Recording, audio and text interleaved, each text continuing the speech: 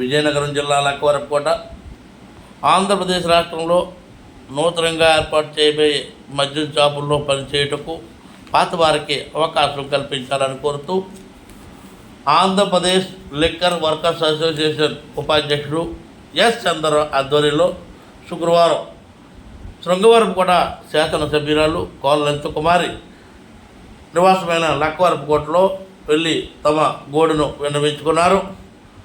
ఈ సందర్భంగా చంద్రరావు మాట్లాడుతూ 2019 తర్వాత తమ కుటుంబాలు రుణపడ్డాయని, అయితే అంతవరకు సాఫీగా సాగిన కుటుంబాల్లో వైసీపీ ప్రభుత్వం వచ్చిన తర్వాత ప్రభుత్వ షాపులు ఏర్పాటు చేయడం, అందరితో ఉపాధి కోల్పోవడం, దీంతో వేలాది కుటుంబాలను రోడ్డున పడ్డాయని అన్నారు.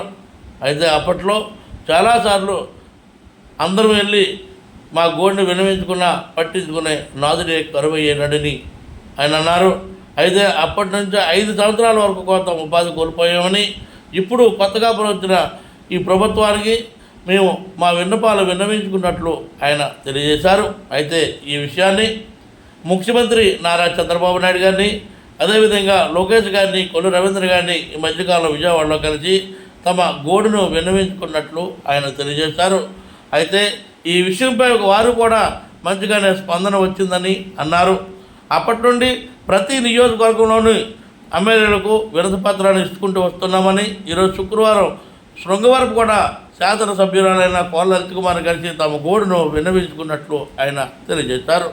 అయితే ఈ విషయంపై స్పందించిన కోల ఈ విషయాన్ని పైకి తెలియజేస్తారని చెప్పడంతో వాళ్ళందరూ కూడా చప్పట్లతో హర్షధ్వానాలతో వారు మ్రోగాయి. అయితే ఈ విషయాన్ని ప్రతి ఒక్క నియోజకవర్గంలోనూ ఇదే రీతిలోనూ చేస్తున్నట్లు కూడా తెలియజేశారు.